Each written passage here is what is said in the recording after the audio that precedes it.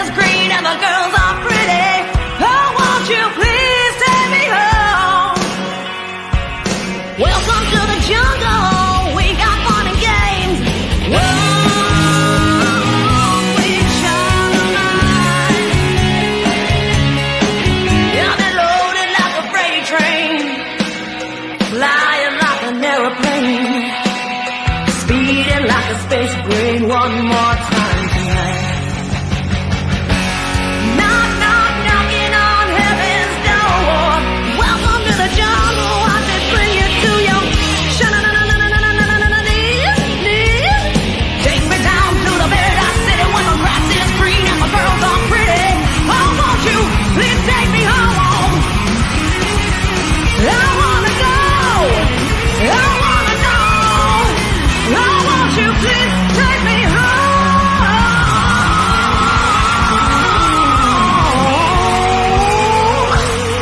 baby?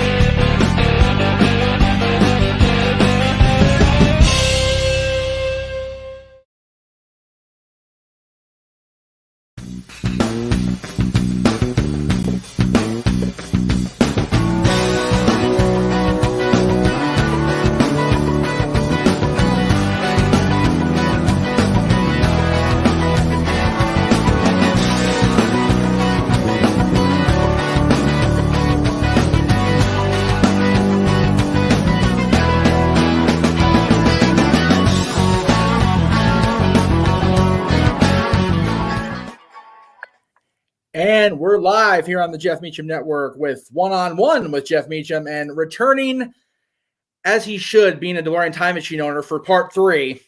Adam Kontras is here. How you doing, brother? Part 3 of the interviews. Gotcha. Yes, part 3 of the interviews. Yes, definitely. Yes, part 3 of the interview. Yeah, because, I mean, technically the second one didn't go up on my channel because of it was a clusterfuck at the house, but, you know, it went up on my channel. That's right, because you had proper equipment going, which was good, as you should, doing what you do. So, you know, but man, it's crazy that, you know, we're coming up on a year since I was down there. It's I can't even believe it was February of last year, which, you know, it's almost February now, which is bonkers.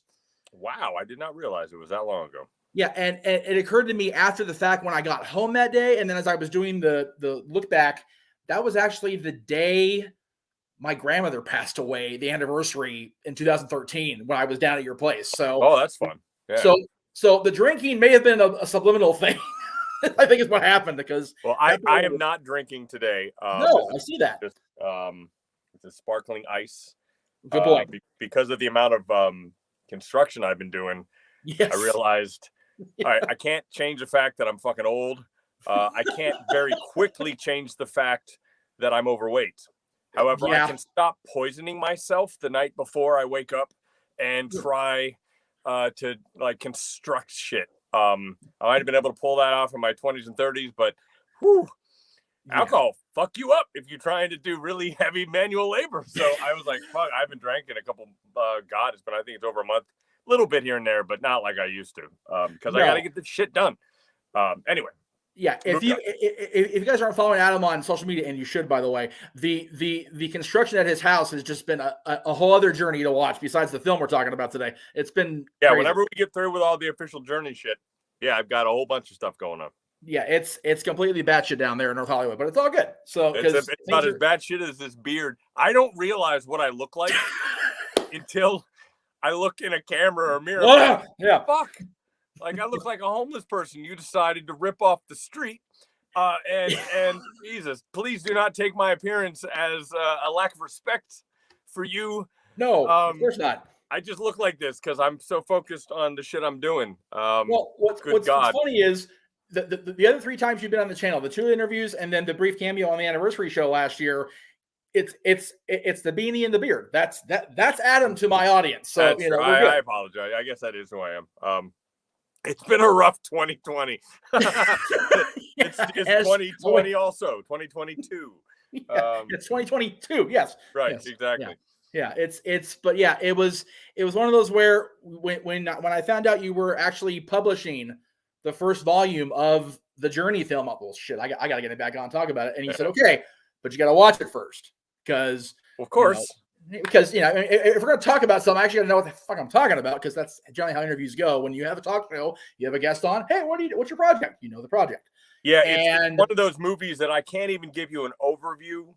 Like with Meeting Michael, I can give you a pretty good overview. You watch a little bit of it, you're fine. Fastest DeLorean, I can pretty much give you an overview. The first 10 years of the journey is like, it's so fucking much. Yeah. And there's no way, you have to watch it. I just can't explain it. It's hard for me to even edit, talk. It's just a lot. Yeah. So you said you watched it today. I did. I literally watched it this morning because I wanted to have a fresh perspective on it. I wanted to go into it with completely like, okay, I just saw this shit. Good Lord. My God. Like you and I talked about it during our drinking session, last interview. And it was, I knew it was going to be heavy. Like it's about as heavy as this Jack and Coke. I'm not going to lie. It's pretty fucking thick. So, right. But at the same time, I first want to commend you for the commitment to the craft, because we talked about this. You literally physically transformed yourself to film the interactions with yourself in quote unquote modern time. And I just go, I could not pull that off. That's actually what I'm doing right now. I mean, I'm supposed to, I shot 2020 Adam, right? Earlier last year, and I missed some shit. This is a really difficult thing to do because you have to, it's very hard. You can't in order to do a reshoot. Well, fuck it. Got to grow the beard back. Like I was trying to get it all done, and I didn't lose enough weight at the end of last year to pull off 2010. I just didn't. I just fucking failed. And so I was like, well, technically I don't have to have it done to this year. I can release the first volume, and then for volume 2, I can do this whole fucking process again. And when the process is just eating whatever the fuck you want, growing a beard, that's not a hard process. The hard process is now, because I've already started trying to lose it and focus. And I mean, Christ, at this point, I won't be able to film 2010 Adam until fucking May. Like I really set myself up. It's going to be rough, but I'll get there. Of course you guys will all watch it happen. But yeah, that's what this crazy ass beard is. I'm supposed to be the representation of 2020, which is a kind of bullshit because Meeting Michael came out in 2020 and I looked like a normal human being in Meeting Michael, but that was not for 2020. Yes. So the fact that you are already partially the way here in early 2021 shows how quickly it moved from one product to the next. I can gain weight and grow a beard like nobody's fucking business, dude. There's no problem in that. If there was a competition It's hysterical. At the end of last year, I decided, okay, I shaved the day after Christmas. I had a redonkulous beard going, not quite as redonkulous as what we're seeing here, but I was like, okay, starting now, I'm gonna not shave except like neck hair because that's nasty until Christmas. That way, I could pull off the Santa thing because I want to do the Santa thing. But the freaking beard wig combinations are such a mucker feather to pay for. Like, okay, I'll grow I can't grow the hair in, so I'll grow the beard in. Whatever, fuck it. I've never seen you without a hat on. That was funny. Yeah, and like this morning, I'm like, this is bugging the shit out of me. The hell with this. I just done. I'm over it. So I do have pictures of you with it. What's that? I never saw you with a beard, man. Really? Oh, I guess not. That's true. Okay. Yeah. Well, when we're done here, we'll talk off air. There's some 2014 and 2012 NHL playoff pictures, Stanley Cup playoff pictures that will blow your fucking mind. I'm talking. Anybody watching this. This is the problem between me and Jeff is that we get way off track, and anybody's like, I want to hear about the Uncharted movie. We'll sit in here and talk for 4 hours. We like each other. This is what we do all the time. So yes, I will try to keep us focused and not ask questions like this. That's fine. No, it's fine because it's one of those where the beard I grew when the Kings won their first Stanley Cup, we documented it. We filmed it. It took me 45 minutes to get myself back to babyface. Like it just took. I'm talking like 4 different apparatuses, like scissors, and it was ridiculous. It was terrible. So, but it was worth it because I felt the superstition, and they won the Stanley Cup. So what the hell, whatever, right? Got it. But you've been on a whole other journey, as you know. I mean, we talk a lot about it every time we come on to get the air together. But you actually, and it's documented, and I even have the documentation to show everybody. You are certified, Muckerfather, by the Guinness Book of World Records as the very first video blogger in the history of the internet that Al Gore invented the year before. If you go on the website, they actually, this was kind of weird. Like on the website, it's a little more specific. It says now I'm the longest running on my own site, YouTube or whatever. So that just says I posted. It's funny if you read that, you're like, oh, so you uploaded a video once 20 years ago? Great. Like it doesn't show. Right. Oh, fuck, I've done 2,000 of these for this, that kind of stuff. Yeah. But who gives a fuck? I have a goddamn Guinness Book of World Records plaque. Holy shit. Right? Jesus Christ. Yeah, I still can't believe that that's even a thing. It's amazing. It's good timing now because now people are like, oh, wow, you got this movie about the first 10 years. Okay, I'll watch that. It must be something. And it's crazy for me to think about because I've been doing what would be video blogs back then. Now they're live streams. Now they're a whole different thing now. But I always like to claim that No DQ did the podcasting before it was called podcasting. There wasn't the word podcast 2002. We don't know what the fuck that was. Right. So but you are literally the first. You were the one to pave the way for everybody else. So God bless you for that. I did a whole lot of things first. This is just one that happened to be one anybody cared about, Right. Sure, there aren't a whole bunch of mini golf tournaments in people's backyards like that, but nobody gives a fuck about that. So, I have to thank all the vloggers and YouTube for the fact that they turned it into a medium anybody gives a shit about. Right. And that in 2016, Guinness decided to do a whole section in the Book of World Records about vlogging, and I get kind of needled in there because had it not been for all the people that turned it into something amazing, nobody would know or care. But I got lucky on one thing, and it'll follow me till my grave. Like that's clearly going to be, and that's what the official Journey Volume 1 is the start of, a 5 or 6 volume novel basically of what happened. Hopefully in a very entertaining fashion. That was the key.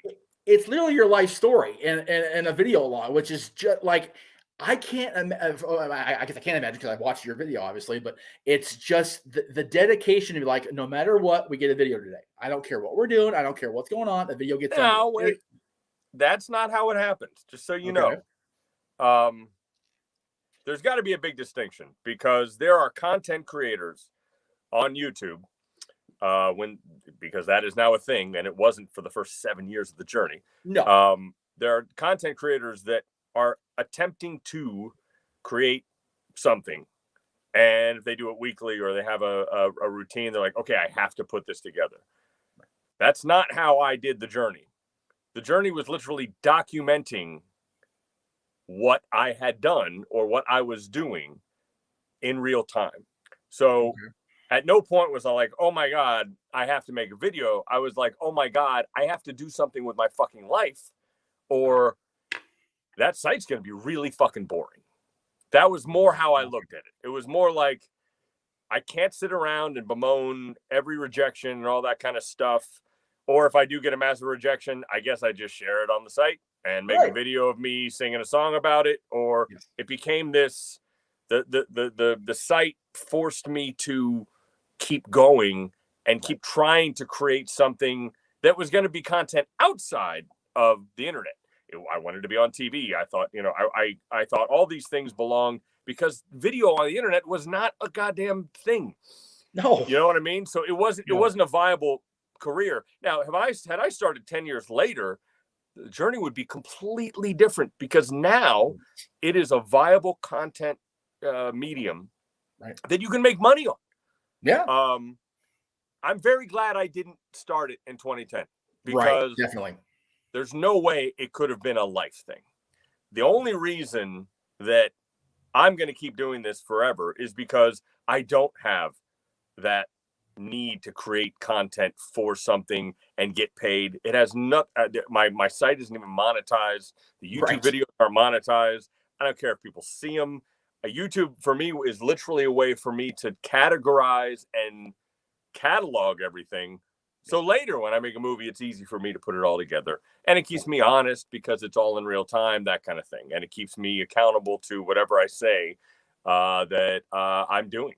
Like I'm starting a new project that will come out in 2023. And once I put it in the journey, I better do it. And that's when I started building walls and putting shit together. And well, now I'm fucking into it. I just destroyed my house, So, and then I document that. And, if my family leaves me because I destroyed the house, I guess that's a fucking journey entry, but that was not my intention. But they're very happy with me because I stopped what I was doing for a week and I built a little loft above me. And everybody fucking loves that. We got little stairs. No, everybody's so fucking happy. So I still got my family. They're still happy. It's good you had the family, because if you watch the journey, man, when we end in 2010, you got nothing. Like nobody. Like, oh fuck. So, I want you to go watch the journey, Volume 1. Please find it on Google Play, and it's on Indie Right's YouTube channel with ads. But I do have to say, without the second volume, boy, is it a kick in the nuts. Boy, square in the dick. Just boom. And what's crazy is that's right when I met Talia. Right. Like, it's amazing. Right as, the 2010 Adam is like July, August, September Adam of 2010. I met Talia in October of 2010. There you go. My whole life changes. The following 10 years is so different. Oh my God. And so amazing in a different way. Right. I mean, I don't even know if it's gonna. I'm putting that together now, right? I'm not even sure if Volume 2 is real entertaining to people, because it's like, wow, look at this guy win. That's great. Now, if you watch the first one, sure, you're happy for that dude. But I think the first one's way more entertaining because so much shit happens. Oh my God. How many times does that fucker get hit in the head with a 2x4? Oh my God. Seriously. Like every good thing that happens to me, it fucking goes away in the next day. It's amazing. Oh, it's so hard. And again, you're documenting all this in real time. You're getting calls from this network, this producer, this thing. And it's just like, how did he even, like, again, the resolve to just keep moving forward. It's a totally fucking Disney thing, but it's just, my God. I want to act like, it's just in me. The only thing that's weird that is in me was that I kept the site going. Right. But because of the site, I felt accountable to the story, because if I lose the story, I really might as well just fucking eat a bullet. Like, I mean, good God, the journey was all I had sometimes. Right. And nobody was even reading it, but I believed in this little project because it was so vulnerable and honest and different. And I had never seen anybody do something that intense before. So I just realized right away after all the first initial awful dramas that month page, like if you go to the journey and there's a month page, that's just a chapter. Yeah. Oh yeah. And it's going to go over this way. And there'll be a month page that you have to fill up with living. And you don't have to look at that month page anymore. You can just keep going. And that whole concept was a great way to just deal with constant rejection, like unending failures, both personally and professionally. And it's a lot. Yeah. It was a lot. In our brief, well, I say brief, we sat at the bar for 2.5 freaking hours drinking Jim Beam and Coke, so it wasn't that brief. But in our conversations, I knew you'd had one, relationship that fell by the wayside before Talia. But man, that entire 10 years, when you start out with person A and Talia, person C, am I correct? Is that how that? I mean, if you start with Journey Volume 1, she is person C. If you start with Journey Volume 0, she would be person D. Jesus Christ almighty. But we're all friends, by the way. I need everybody to know that it's not exactly what you would think. I mean, and I think you catch that with definitely stories of Jessica and Donna. It's not, there is no bad blood. No one hates each other. You'll see Jess commenting on my shit right now. I was gonna say she's actually actively in the recreation of the storytelling. It's right, yeah, that's a whoa. I didn't even think about that. Yeah, I think that's probably the best monument to the fact that we were always honest with each other. We got our labels wrong. I think that's the best way we've ever described it to people was. Yep. She wanted to be back here. I wanted to be there. We were best friends, but God damn it, we were going to hate each other if we were forced to choose a go place where we weren't, where we didn't belong. And I'm not just saying that to make myself look good. She was sitting next to me in the movie. We redid shit. He's like, whoa, wait a minute. That little recreation where we recreate the first video, dude, we did that really good, dude. Yeah, you did. Yeah, you did. We knocked that the fuck out. I mean, it isn't even the same hotel. We got a cat that looked like J-Dog. I'm more proud of that fucking 10 seconds where I go back in. Because I'm like, dude, we nailed that shit. The other 90 minutes of the whole rest of so I'm very, very fucking proud of that. That was hard, boy. That is seriously when you think back to the years before the journey started, and you think about how people were just mind-boggled in '89 about Zemeckis putting Michael J. Fox in the scene 3 different times, or putting Forrest Gump in people's scenes in '94 with JFK, and it's like he's doing that shit on a camera on his own budget, and it's just wow. Well, the Price is Right bit in 2007, January. Fucking awesome, 2007. By the way. So CBS didn't have any high def cameras. No, I bought my own. Yeah, I set them up on the studios, and then I rotoscoped myself out of every fucking frame. And I was adamant to do it like Back to the Future 2 did it. Yes. Which is no green screens. No. Right? It's way fucking harder.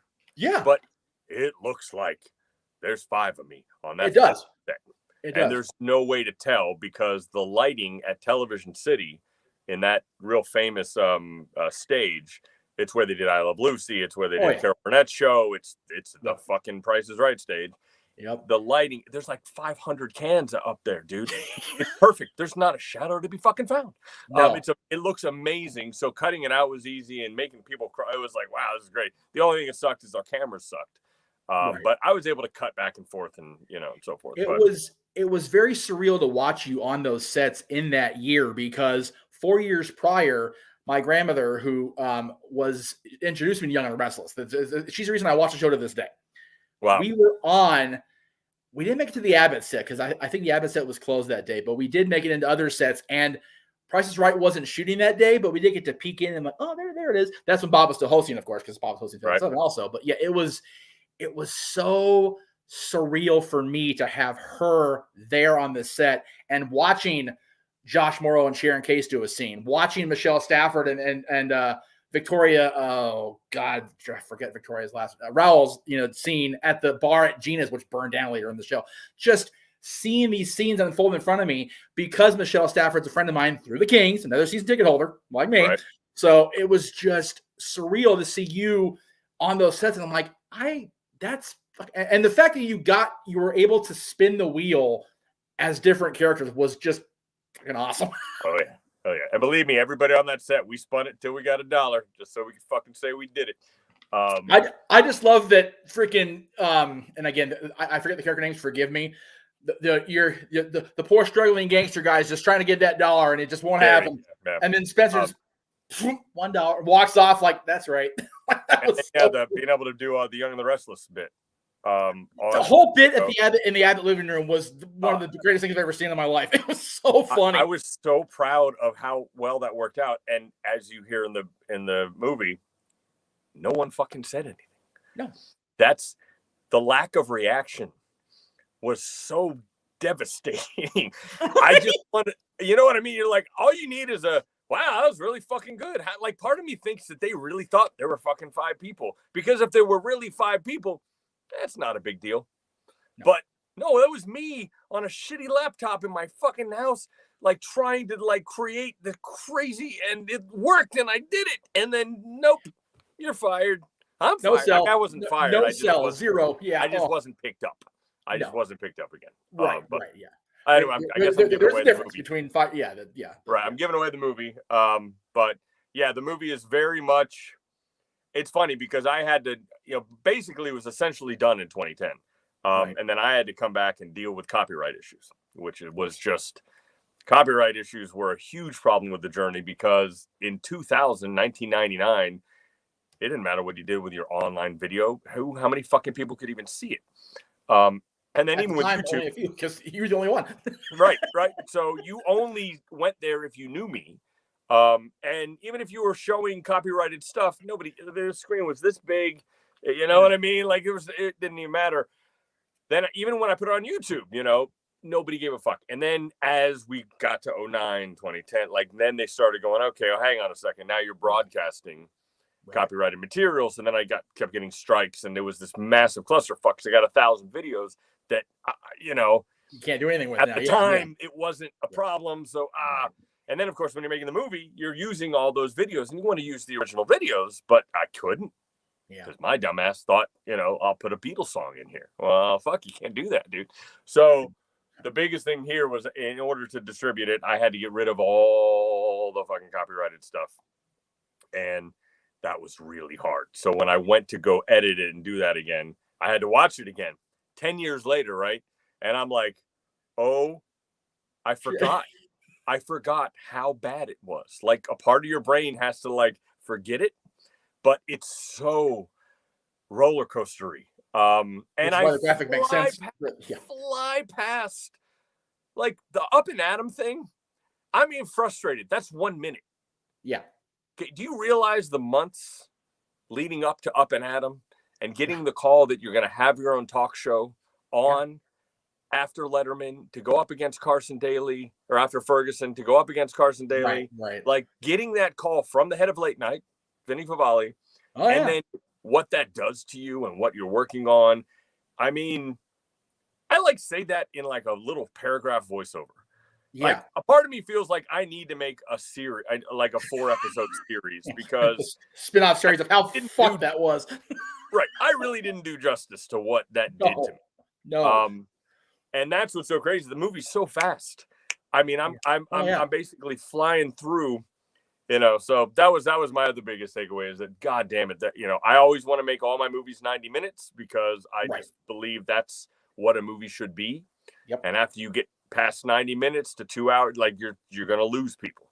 Oh yeah. I'm a big fan of quick 90-minute stories that will keep people that aren't interested in the subject, keep them going. Yep, exactly. I did the same thing with Fastest DeLorean. I did the same thing with Meeting Michael. I tried to make it for people that didn't give a fuck about DeLoreans and didn't give a fuck about Michael Jordan, that they would keep watching. That's always how I edit everything I do. And from a fan coming into it, now being a friend going out of it, all those movies, of course, me and my affinity for the DeLorean and Back to the Future. Right. But the story told in those two movies, it's just like, anything we talked about, it's like that's some family deep-rooted fucked up shit. Right. And then meeting Michael, it's like it could have literally been your career, just done in a heartbeat. Yeah. By the way, Michael Jordan's back there. Okay, he's part of it, but it could have been everything falling apart at your feet. So yeah. And this one, it tells and we're not even up to that part of your life where we're getting the movies made. It's just the first 10 years of everything just completely like over and over again, which is, like I said, that little roller coaster graphic is just so apropos because God, it's interesting because I had people asking me after watching Fastest DeLorean, they're like, man, you really had resolve.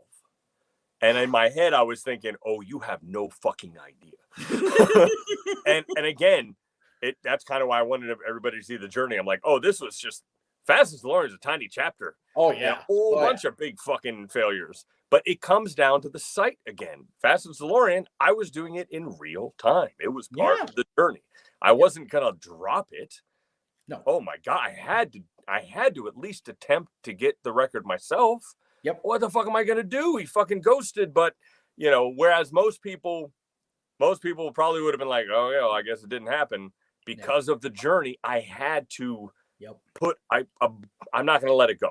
And that's 1,000% because I've been documenting this thing in real time. Yep. It is a really weird thing I got going because it's been so helpful to keep me going. I don't know how people keep going if it wasn't for documenting your shit, Yeah. It's funny. I was going to say earlier when we were talking about, you just have to keep it going. I say that's the artist in you, but no, that's just you. That's who you are. Yeah. Once you commit to something, it seems to me it's like, okay, it's going to get done. I don't care if I got to, break my own back, crash my own goddamn car racing down that racetrack, risk my own career. It's going to get done because I said it was going to get done. I said it on film. People saw it. It's got to be done now. So, well, or at least pay respect to the fact that it doesn't get done. Right. Kind of like, obviously when I married Jessica, I said forever. And, I was very honest about everything while documenting it. You can't always change the outcome. Like shit with me and Kenny, I did everything I possibly couldn't change it. But I did it proper respect. I gave it my all. I showed everything that I did, and I at least found the closure that allowed me to move on. There will never be actual closure, I don't think. I might be wrong. Maybe I get a call someday, but I mean, the man's 32 years old. Like, people don't change. So I do not expect a call. That story, everyone's like, Fastest DeLorean 3. I'm like, yeah, buddy. Well, I will say this in response to that. I kind of divulged my life story throughout the course of our conversation the last time I was out at the house. My sister and my ex, my son's mother, are talking for the first time in 7 years. Right. My ex sent my sister a text and the ice just finally melted away a little bit. And now they're talking again. And I would have sat here and bet every ounce of Jack I have left in my refrigerator that would never happened. And it's happening. So that's fair. In the summer of 2019, he did call or I called him and he did admit everything. Yeah. And he was coming out for part 2 and we were going to have a beer at the bar and everything was going to be fine. And then he just backed out because he didn't, I don't know why actually. So yeah, it's not the call. He said everything I needed to hear him say. The problem is he didn't fucking say it on camera. So, yeah, texting really can be fucked with, video with everything. So. I mean, if and when I see him again, what's up, Kenny? Like, there's nothing to say really. No, I just wouldn't work with him again. I didn't really have a relationship before. Not going to really have a relationship now. But for him to say, listen, I mean, there would have to be something involved with a DeLorean, and I just don't see it happening, but I'll never say never. I'm just documenting. I'm reporting what's happening. So, if it happens, it happens. And the thing is, watching the journey, we throw back. I mean, the DeLorean thing is part of the journey. Obviously, we're finding that out now as we go along here in the movie process. But you throw back to singing him the birthday song every year on camera and watching Jessica fuck it up completely. It's just funnier than how to watch. But it's like, oh, I remember that from Fast DeLorean. So okay, we're tying right. Yeah, for anybody who liked Fastest DeLorean, boy, this journey movie certainly gives you a lot more foundation and roots as to what was happening. Yeah, I will say that, like I said, full disclosure, I saw your face on Back in Time, reached out because of the car, and now it's like, now I want to learn everything. I can't wait for part 2 to come out. Well, I'm just I'm like, so I have another friend who said that. He's like, oh, I can't wait to see volume 2, and I'm like, well, that's 6 months. He's like, that's a long time, and I'm like, well, volume 3 is in 2030, so right, like nothing I can do about that. It's 10 years, nothing I can do. Yeah. And I haven't done a big media push on the first one. First of all, because this whole Amazon thing has just fucked every goddamn filmmaker. Everything does documentaries. But I do believe that once both of them are available, it'll be a lot easier to push, because holy shit, does volume 1, it didn't. That's not where it should end. It is and like you said earlier, the ending of volume 1, you feel like you've been kicked squarely in the uprights as that thing ends. You're like, fuck. So you know what I do like though? I like that I went as honest as I could about what 2000. There was a review of the movie 10 years ago. From a guy who's now become my friend. He works at Facebook. And he said, boy, I really wish there was more interaction between 2000 and 2010. It kind of drops off. And I was like, you're right. It does. However, that's because 2000 Adam, the moment Jess leaves, would have been like, I don't want to fucking hear a goddamn thing. Right. Oh, yeah. Or I might kind of be interested, but oh wait, you weren't successful? Like, it was for fucking nothing? Yeah. And that was a very hard thing to write at the time, because I was basically admitting I fucked up, right? So it's a moment in time where I did the honest thing, which is where 2000 Adam said, no, fuck you, I'm gonna go make this right. And then the universal truth that we always think we're making it right, dude.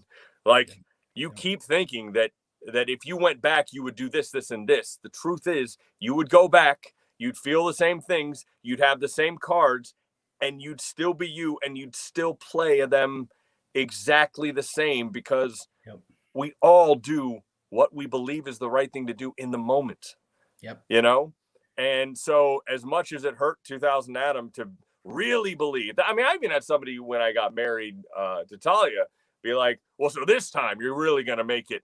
And I'm like, motherfucker, every time I really, there was no half-assed. I'll give you Donna. I kind of knew that was, to me, the Donna thing was, there's no way I can let her go without seeing if it would work. I just couldn't. I was not ready. I was not ready to get married.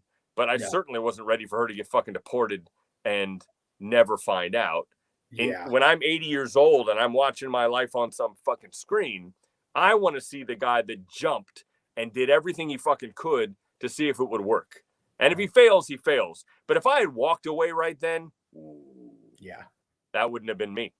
The same thing that makes me believe I'm going to make it, it's the same thing that makes me believe a relationship's going to work.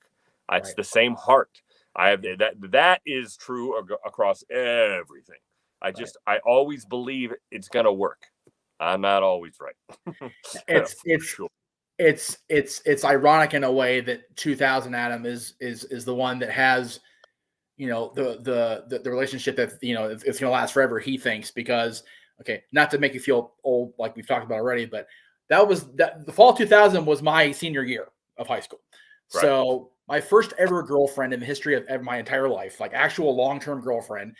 She's 2 years younger than me, but it'll be okay. Then I turned 18 in March, and 18, she's 15. That doesn't work anymore in 2001. Oops. Right. So, you spend your summer devastated because I'm never going to be, and then you meet somebody else and everything's fine. And then I had my car accident and then everything's been, so it's crazy how perspective when I admire the fact that you can literally go back into your life and go, that was fucked up. But I need people to be aware that I know it's fucked up now. And even back then, I probably deep down inside knew, and I was documenting it clearly. So I had to know on some level. Here you go. Because I mean, I always say everybody gets you get a couple, fuck it, it's going to work out. Jump. Right. If my kid wants to get married at 20 years old, I'm going to hug him or her and be like, go for it, man. Everybody gets one jump into the fucking ocean. Yep. Don't give a fuck. It's going to happen, even though chances are probably isn't. Right. Because that's what love and life is all about. Exactly. And, I don't find any regret in breaking up ever, because we were honest with each other. Right. Nobody cheated. Nobody lied. We just looked at each other one day in these situations, and it was like, this isn't right. And I want to continue to love you in a different way. What do we do now? Yeah. And that's honest to God how it always happened. And I'm very fortunate because I know a lot of people who were in relationships where they were absolutely cheated on. They were absolutely lied to. And that's a different feeling. I've had girlfriends cheat on me, but I've never, the people my long-term relationships. Right. I'm super lucky and I love them to death to this day. We just got our labels crossed and timing off, and they're in a better place, and holy fuck am I in a better place. Like it's almost embarrassing how good my life is. You know what I mean? Like, God. But see, the thing is, you and I both, I mean, me to a lesser extent, because I didn't document everything, but I can, it's funny you mentioned 2007 when things started turning as far as copyright. That's when my solo show, Talk Wrestling, premiered in July of that year. So again, we paralleled bananas. But, people know enough about what's been going on over here behind the camera where it's like, I can totally see where the accountability has to come in. It's like, man, people know. And, and accountability within yourself that and I admire the fact that your long-term relationships have still borne continued friendships. Yes. We talked about my son's mom on the last interview that most of that got cut because I don't need to fucking die today. Right. But her and I are in a better place communication wise today, as of this year, than we've ever been in the previous 16 years. Yeah. And that just blows my goddamn mind out. I mean, it really does. But it's one of those where you have to get there. And the difference is you're friends with, and if I'm not mistaken, you were at least casual friends or close acquaintances with your exes before the relationship, if I'm not mistaken, based on the journey I saw. So I never did that. And that was a huge mistake. Huge mistake. Right. I mean, when you don't lie, everything's possible. God damn it, my poor kids. Because their dad has to be this one guy that has made a whole fucking life on tell the truth. Yeah. Right. Yeah. It's like, and I don't do it because I feel like I'm better than. I do it because it's self-preservation. Right. If you always tell the truth, it might hurt and you might lose some people, but you're at least going to know you did what you were attempting to do, or you were honest with yourself, or you're honest with others. Every related when I met Talia, the first thing I said was, I'm not marrying you. I've been married this many times. I'm done. And she was like, I don't give a fuck because I don't want to get married either. So let's just hang out. Like, right. Or the other thing I told Talia, I don't give a fuck about money. Like I have a house and I'm going to have enough to live and I have enough talents to pull off, enough, but I don't have any dreams of having a bigger house or a fancy car. That's kind of ironic. But like, that's not who I am at all. And she came from a different stratosphere, right? She came from a world that was a lot of money, and her parents and surrounding family members were like, who's this guy? What does he do? Right. And I said, listen, this is who I am. And I can't, but I said that within like a week.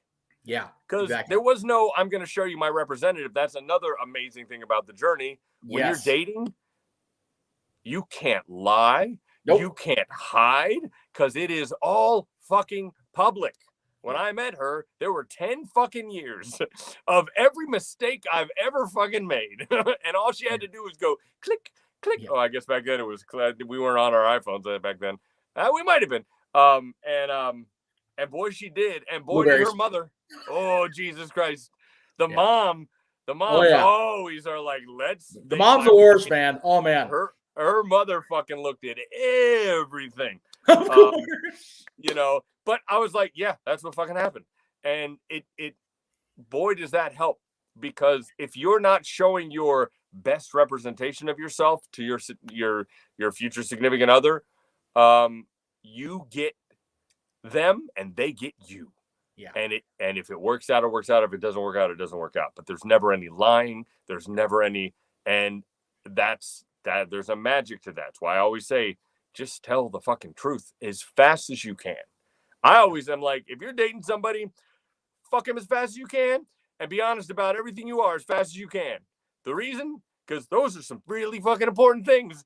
And if that doesn't match, the rest of it doesn't matter. If you spend months dating and you're not fucking and you're not telling them the truth, you're wasting your fucking time, dude. Yep. Exactly. Wasting your time. Yeah. It's one of those, you know, tomorrow's episode of Dad's on Not Always Wrestling is going to be our top 10 Jim Carrey movies. And I included Liar, Liar.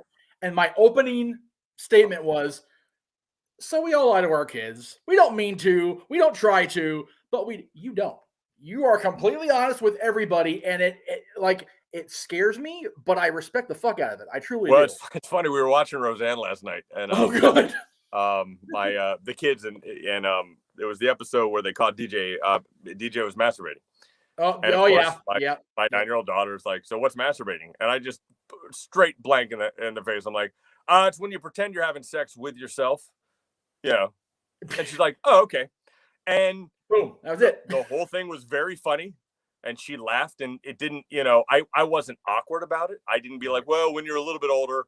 I'm like, no, this what it fucking is, you know. And she just totally said, okay, and watched it, and then she got all the jokes. Right, exactly. Playing with your instrument. Like, she was like, oh, okay. And she thought it was hilarious. But I know that if I had acted like, oh, God, well, when you're older, I don't know how to, you're too young. Like, I just like, fuck it. I'm just going to fucking tell her. And I think she respects that. And I've done that with them since they were fucking 2. Like, I believe that if they're too young to hear it, it just won't get processed. Right. But I'm not going to lie to them. No. I'm not going to be like, oh, it's when blah. No, just fucking here's what it is, dude. You know, and everybody does it, and it's just the way it goes. I've tried to explain to her because she thinks, as most kids who are prepubescent, they're like, this sex thing sounds fucking insane. Like, I don't know what. And I'm like, yeah, that's the thing. Until you're at a certain age, it's the stupidest, craziest. I'm never going to do that. And you're right to think that. And then something's going to happen to you around 11, 12, 13, where all of a sudden you're going to want to do something that truly, even like when I'm not horny, sex is what? It's the what the fuck am I want to do? Why would I want to do that? Yeah. But then suddenly your body just, you know, it's like eating a hamburger. I'm hungry, you know? So we've been so open with both of them about that. And it has really made some very awkward things super easy. You know, which is great. Yeah, I'm convinced the educational system, the public school system, shows them that video in 5th grade to mind fuck us or try to. You apparently wouldn't have that issue, which is awesome. Won't be a problem because that's cool. Going from the beginning, you know. I just think listen, dude, like those topics. I'm not sure why there's such a hang up on it. Right? I really don't, unless there's a religious aspect. Now, if you're religious. There's a million reasons why you don't want, but I'm not religious. And you're on the wrong channel for that, clearly. But right, and if you take out the religious aspect of it, it's a fucking human need, and it's a real thing. And why would I lie about it? Like, you know, because I would like my kids to speak to me when they go through that. And you know why kids don't want to talk to their parents about sex? because parents fucking lie to them, or they don't fucking prepare them, or they don't tell them the truth. So then they're like, I don't want to fucking talk to that person. So, but I might be talking out of my ass. Talk to me again when I have teenage kids. You never know. Yeah. They might still be like that. I don't know. Yeah. We'll see. Mine's gonna be 14 in April, and we've not. It's one of those like societies evolve where you don't necessarily have the talk anymore. They just kind of find out, and it's like, and he asks me questions like, okay, well, this is, and it's just like you. It's like, okay, well, this is. If you have questions, please come to me. Please come to your mother. Don't ask, Johnny in the street somewhere. Come talk to one of us, for love of God, right. And just, and hammer it out. That's it. It's as simple as that. But I'm curious now, because now that you're saying that, we're gonna have you having those talks with your kids, or having that revelation, in 2030's journey entry. So and also they watched the journey. See, right? There you go. Because they see me working on this stuff. I mean, I've always told them that I was married before. Talia was married before. Like, we've always been very open about that. We stay at Jess's house when we're in Ohio, although they just moved from Ohio to Florida, so that won't happen. Wow. But they know them, they understand it. We've always been open about all that. However, they had never actually seen video of my wedding, and you know what I mean, and the journey's pretty fucking heavy. Yeah. And so, I made the choice. I asked Ty, I'm like, well, do we do it? Do we just rip off the Band-Aid? Because it's pretty heavy. And they loved it. They love the egos. Wow. They think fucking Spencer and Dewey and Garrett, they think they're the funniest things ever. And after that movie, my little boy, in tears, came up and hugged me and said, I'm so sorry your life was so difficult before you met Mama. Oh, my God. Like, oh, God. Jesus, he was 7, 8. So Jesus, yeah, it was just the sweetest thing, because that's what he took away from it, was that everything was fucking awful, and then I met Mama and everything was great. And you know what? He's fucking right. That's exactly what happened. Like, I mean, Jesus Christ, if I hadn't met my wife and taken that abrupt turn of just starting to construct GolfCon, because it was the one thing that nobody could tell me no. Right. That's the genesis of GolfCon. Was I was so sick of these networks being like, no, we reject you. No. I was like, you know what? You can't stop me from making this goddamn course. That's right. I got to be creative, and no one could turn it down. Yes. I mean, I guess other than a fucking building inspector. But it wasn't big enough for that. So that was what was nice. And then of course having a kid and a family, and then all of my cards became different. Right. I played them exactly the fucking same. They just happened to work this time. Right. And the next 10 years is literally the antidote to the first 10 years. Like, it's one of those where it's like I was literally typing a message out to you before we went on the air. It's like, I want to come down and like buy you every beer, but your house is so fucked up. I don't know if you want to leave. Yeah. I Oh my God. It's funny in volume 2. Yeah. When I'm telling 2010 what's going on, we get to a point where we just start eating popcorn. We like grab the popcorn and share it back and forth, because you are the meme. It's so amazing. We're just enjoying it. Both of us are like, awesome. Watch this. This is fucking awesome, dude. Fucking Norm comes to my backyard and we have a beer with fucking Norm. Like, holy shit, watch this. And he's like, what the fuck? Oh my God. Like, it's such a happy exhale for that 2010 bastard who just did this to himself. And then, so I'm so excited to share the second one. I'm excited volume 1's out, but I'm more excited it's over and I never have to fucking edit it again. And I never have to deal with it again, because woo, it was a lot. Goddamn. Yeah. God, in the past 10 years, Fastest DeLorean is the only bad thing that's happened to me. Right. And it really, that's the only thing. And it really isn't even that bad. It was just disappointing. That's the only disappointing thing. It's one of those in that 2 90-minute episodes. It's like, oh God, fuck. But big picture, it's disappointing. It's not. Oh my God. Shit. Big picture. It's the reason I have a film distributor. It's the reason I've decided, fuck it, I'm going to make a movie every year. It refocused, and it introduced me to all of these people. Fuck, I got to go around the world showing it. Like, fuck me, dude. Like, it changed. It really did help in so many ways. it is a huge bummer about my brother. Yes. But he will always be my brother, and that phone will always be open, and he will always be able to contact me, and we will all, that story isn't written. So Right. it is not finished. Exactly. So yeah. So definitely good there. And it's one of those where if nothing else came out of building that golf course, building that, having that time machine in your backyard, right, you got to actually say on a documentary about Back to the Future, talking to Claudia Wells about building a Jennifer Parker hole, and then yeah, I'm glad they. I love the screen. I want to screen cap you going because it's just so like, oh wait, yeah no, it's funny. I'm very. We got a good laugh out of that. That was. I'm pretty glad they kept that in. Yeah, I was I actually called Jay. I was like, I'm glad you kept that fucking joke in, dude, because it was quite an adult joke. Yeah, it's funny that when I first discovered who you are as far as through the documentary, there are so many little like side documentaries now about the car, about the movie, like that. If you're not a YouTube whore like I am, you don't see this shit. The 88 miles an hour documentary about the car, that's fucking amazing. Like I didn't even know it existed. Like, oh shit. So there's so much content, man. It's like Back in Time came out, and then Fastest Lauren came out. And I mean, I know some of the people that made the stuff that's come out since Fastest Lauren, and they absolutely were like, well, fuck this, I can make one. And I'm like, I get it, dude. It's got a fan base that is immovable. I mean, me and Don always joke that motherfucker's going to be 91 like the midgets. Pardon me. What are they? I guess they were the little people in Wizard of Oz. The Munchkins, not midgets. The Munchkins is what I meant to say. Yes. He'll be signing autographs. I mean, because it might as well be our Wizard of Oz for the 80s. That's how fucking popular that is. God, yeah. I mean, I don't take the opening scene of that documentary lightly. It may be the greatest thing ever made. It's just it hits on every damn level.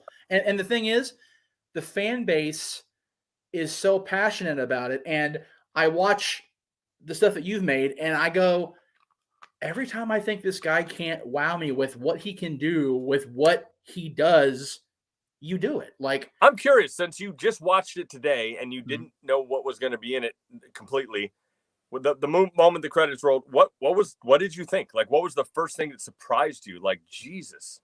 Honestly, the thing that surprised me was how easy, I mean, on film it appears easily you were able to take these rejections, these heartaches, and just make a song out of it, and just like, fuck it, I'm just gonna play my music and just be over it.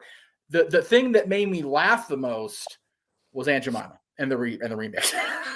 Right. Because having used those products my entire life, I'm sitting there going, I have to buy store brand now because of fucking Adam, because I can't, like, it's.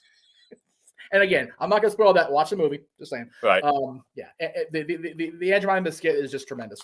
But the thing that surprised me the most was how quickly that 90 minutes passed. Yeah. It's like, fast. I even had to pause a couple of times because, I have, life stuff and, chores, whatever. But it's like, fuck, it's over. Like, Jesus. Like, I started it well ahead of time thinking, okay, I got shit, it's done already. All right, well, I guess I'll try to retain the thoughts as long as I can, because but it's funny. And watch it again, you're gonna catch like 90 other things. Like it of course you can't process what happened and then the next thing happens. But again, as to the fact that the resiliency thing, I swear to you, it's because I believed in shoving it all in a month. Yep. And then moving the page. And I think everybody's like, oh, you should be a motivational speaker and you should be doing this and this. And I'm like, I don't want to fucking do that. I think that's that's unfair because I have so many stupid, ridiculous talents that people don't have. So it's really shitty of me to be like, well, all you fucking do is write a song and make a fucking video. Like, no, that's not fair. But the whole idea of be true to the awfulness of it. Don't gloss over it. Nope. Say it, cry, write it, tell people, be open, because that will move to the past, and then you can move forward. If you keep trying to act like shit isn't a big deal, and it wasn't, if you're not honest to the emotion, you're never going to fucking get over it, dude. ever. You're never going to go past it. And by the time the journey got really fucking bad, I had done that so much. I was like, oh, I guess that's what I'm going to do. You know, like the end of the Comedy Central. Yeah. You know, by the Comedy Central one, I'm not even crying. I'm just like, yep, it's the same fucking story. The call letters are different. Exactly what you're saying. I mean, you're on the phone and it's just dead air. You're just staring. Yep. Yeah. And I will say that it has given me some PTSD on attempting new projects sometimes. Right. But I'll be honest, what happened watching the Beatles documentary last month or in November, what it triggered in me for what I'm doing, the Where You Once Belong documentary, it all came back, dude. Like, I believe in this. I believe in this new project more than I think I've ever believed in anything except for 4 TVs and Rent the DeLorean. It is like, I immediately knew, holy shit, I have to build a studio. I have to make an album, even though nobody buys albums. I have to do this. And I don't know why, but it's pushing me to the point of insanity. Like, I can't fucking sleep. And I really thought at my age that kind of, oh fuck, this is it, was gone. Yeah. I really did. And holy shit, watching them try to problem solve songwriting, which is something I'm really good at, and I kind of left in the 90s because all these other things happened. I was like, I have to do it. I'm not doing what I was really meant to be, which since I was a baby, I was a piano player, a singer. I mean, I got shit from the 70s when I was 4, where I'm playing piano and singing in tune. Like, that was what I was supposed to fucking do. Right. And then I started doing a cappella. And in order to do a cappella live, I did it with 4 televisions. Right? And then me thinking, oh, everybody will listen to the music. No, they'll laugh at you because there's fucking 5 of you on stage. It turned into comedy. And then the music was kind of left behind. It became something I did on the journey, like into a fucking video camera, just for the moment. But I left behind true music making and production, and those fucking Beatles, man. These bastards right here literally were like, hey, get back to where you once belonged. They only said it to me like 900 fucking times. And I'm like, yeah, maybe I should get back to where I once belonged and fucking do what I was supposed to do. So that has been my focus from now on. The fact that you watch those 4 guys who changed music struggle. It's like, well, fuck, if they struggle, why can't, why am I worrying about struggling? For me, what it was is it stripped away all the magic, and it showed you what, listen, I've done everything those guys did in that movie. Right.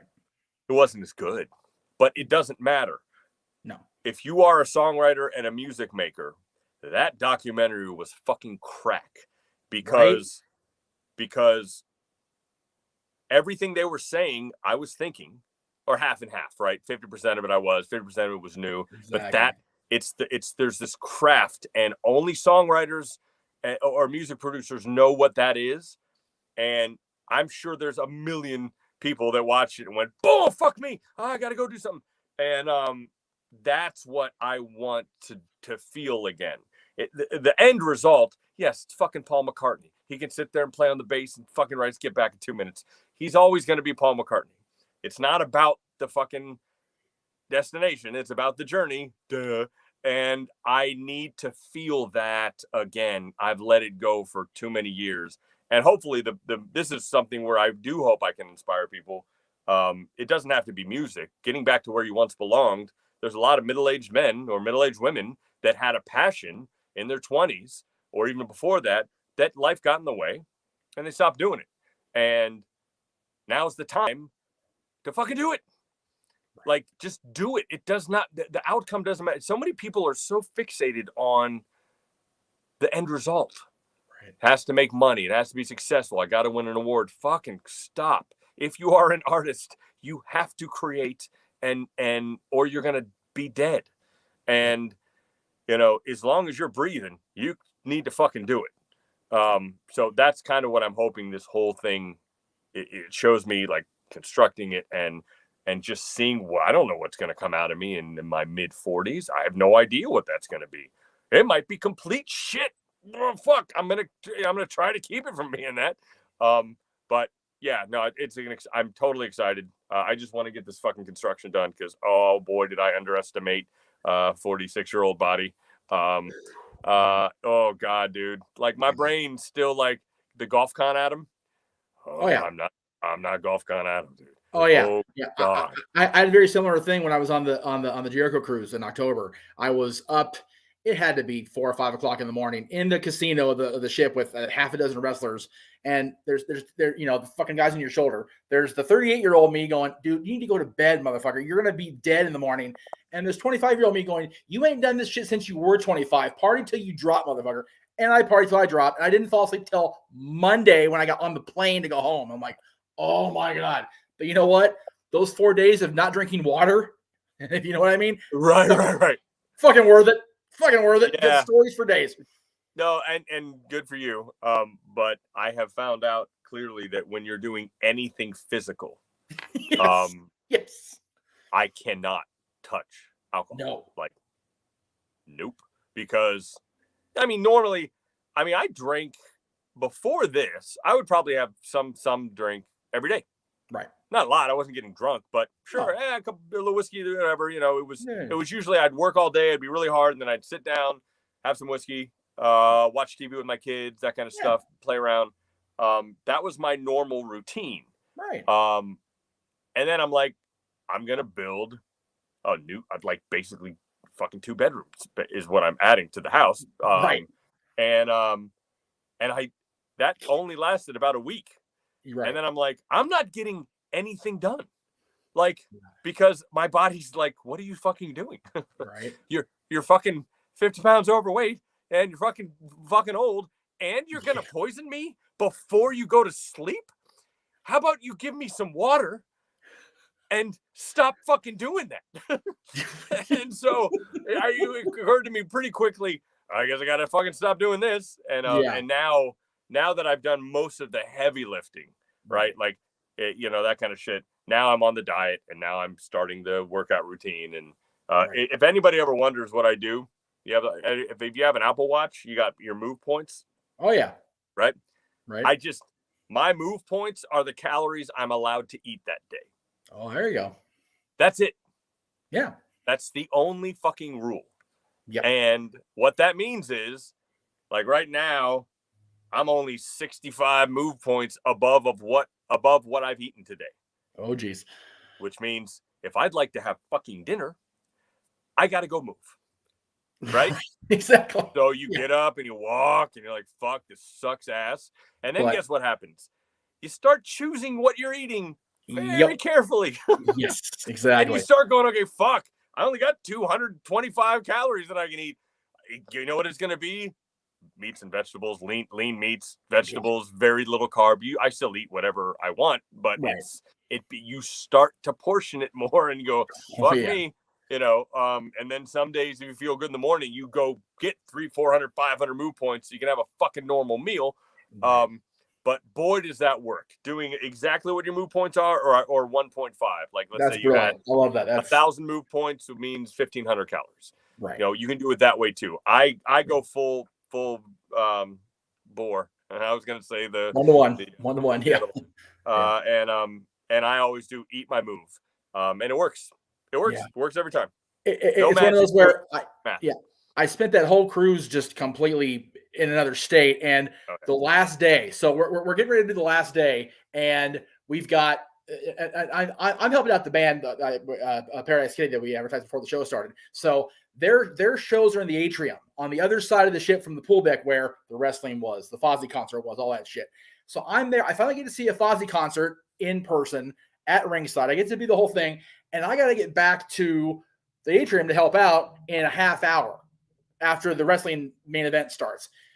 By the grace of God, one of the wrestlers' friends who was on the ship could see me like not being in the place I needed to be. She hands me a case of spring water and go, dude, here, because you're going to fucking drop. It's going to be ugly. So I threw that water back like it was the freaking fountain of youth, and it turned out to be the fucking fountain of youth because I freaking, my fat 315-pound ass sprinted across an entire cruise ship to make it in time for the concert. So hydration is everything. It's pretty fucking key. Yeah. It's one of those. Like, well, hydration, and also I can't say enough about what alcohol does to you. It's a bitch when you're attempting to do something. I mean, you're just poisoning yourself. There's no other way to put it. Yeah, it's you know. Now, moderation's not a big deal, obviously, but good God, dude, I need every fucking advantage I can get to finish this project. So, and the thing is, it's easier to rationalize those decisions when you're in your 20s, like we talked about. Oh, but, at 38 or 46, the party is going, what the fuck are you doing? So it's awful. But I do want to encourage everybody to go watch Official Journey Volume 1. It's on Google Play. It's on YouTube if you want to be a dick and not pay for it. No. Please go to YouTube, Indie Writes channel. I don't make any money really, but it doesn't matter. No. I want you to see it. I don't know if people know, but Amazon announced in February of 21 they would no longer take new nonfiction, which was just like, oh fuck. And then a few months later, they took all of my films off of Prime, so you got to pay for them. It's like fuck. Oh, I'm looking for the Dorian movies. I'm going. It shows. I mean, they're on Amazon, but now you got to pay $1.99 or whatever. Right. Please do that. Jesus Christ, that I actually get a good amount of that. There you go. I don't get a good amount of it, but it doesn't matter. I get some of it. It's frustrating because I don't know what the fuck Amazon is thinking. It does not cost them anything to keep that stuff up. They were, especially Meeting Michael, was performing so well. And immediately the next quarterly check was like fucking 10% of. It was just such a. So I don't know what's going on. I'm going to try to make my goal sometime this year to get some sort of deal with some streaming platform. Right. I don't care what it is. If it's Hulu, if it's Roku, if it's whatever, where I can have all of my stuff that will be free to stream and they accept all of my future things.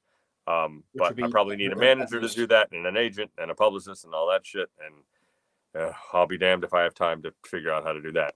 Right. It's just one of those where, and again, it's just, do we have time to do it now? No, because your house is being literally freaking built from scratch pretty much at this point. But I mean the house part. It's more that the construction of and creation of the art is so exhausting, and I'm sure several artists will tell you this, that when it's done, you're ready to move on. And unfortunately, when it's done, that's the beginning, because you're supposed to market and push for a year. And I'm like, dude, I gave my fucking nervous system to finish this project because I do all of it, the editing, and I don't have it in me to keep going. I need to move on. I'm excited about the next thing. So exactly, that is a struggle that has followed me my whole life. So there you go. Look for that. It's on YouTube in its entirety. What's the name of the account that does that? Indie Writes is my film distributor. They just Indie Writes on YouTube. You can just search your little channel, and Official Journey Volume 1 is there. The only thing that bugs me is that the ads, we can't choose where the fucking ads are. Oh, I hate that shit so much. And it's like right in the middle of a goddamn song. It's like, and boom, 10-second ads. Like, oh God, it's so fucking annoying. It's one of those where my old boss has been, we've been on YouTube for 15 years this year, and we still don't have the ability to time the ads. They just, if they're there, they're there. It's like, I encourage everybody to get YouTube Premium. For the love of God, just fucking do it, because God Almighty, the ads are such a bitch. They're terrible, and I enjoy not being able to have to freaking. I can't fast forward. Fucking hell. So it's so much better. It's like $16 a month. It ain't that serious. Oh, that's a lot. Shit, I didn't realize. Well, but when you're a content creator trying to get through shit, it just anyway. Got it. So I thank you very much again. We definitely need to get down there once the house is guest habitable. Oh, you'll definitely got to see the studio. You got to see 100%. Yeah, I mean, it ain't big, but it's an impressive little problem solving. I'll give you that. Yeah, I'm good at problem solving. And this movie and the part 2 that's going to come out definitely, or volume 2, excuse me, definitely shows that if nothing else, you are a problem solver, and you know, the more problems come up, the more they get solved. And I think that's, and the way I look at your journey always makes me think of two quotes from two movies I adore. Of course, Part 3, nobody's future has been written. It is what you make it, you know, the famous Doc Brown line, but also Lion King, 1994, when Rafiki just whacks Mufasa over the head. It doesn't matter. It's in the past. How can it hurt you? The past can't hurt you. It's there. It's just there now. And you've been saying that the last hour and a half. The past is in the past. You know, once you log it, there it is. Fuck it. The past can't hurt you if you lean into how fucking bad it was and are honest about it. It can certainly fucking hurt you if you ignore it and act like it wasn't that big of a deal. There's a big fucking difference. Which is why Simba took freaking half a movie to realize the difference. There you go. So there you go. So there you go. Thank you, my friend. We will definitely have you back on all right, Jeff. When volume 2 is ready to. Hopefully it's June 25th. That's the hope. If it is not June 25th, a great day. I love that. It'll be September 28th. But those are the two possible dates. Either way, we'll definitely have you back on, and I definitely can't wait to see how the journey resumes in part 2. I kind of have an idea because I've kind of been along for part of it, but you know. Anyway, have a great one, guys. We'll see you tomorrow for dads, and Monday we start this cycle over again because I'm crazy and I just need to get shit done. Have a great night, everybody. Happy Thursday, and we will see you next time right here on the Jeff Meacham Network.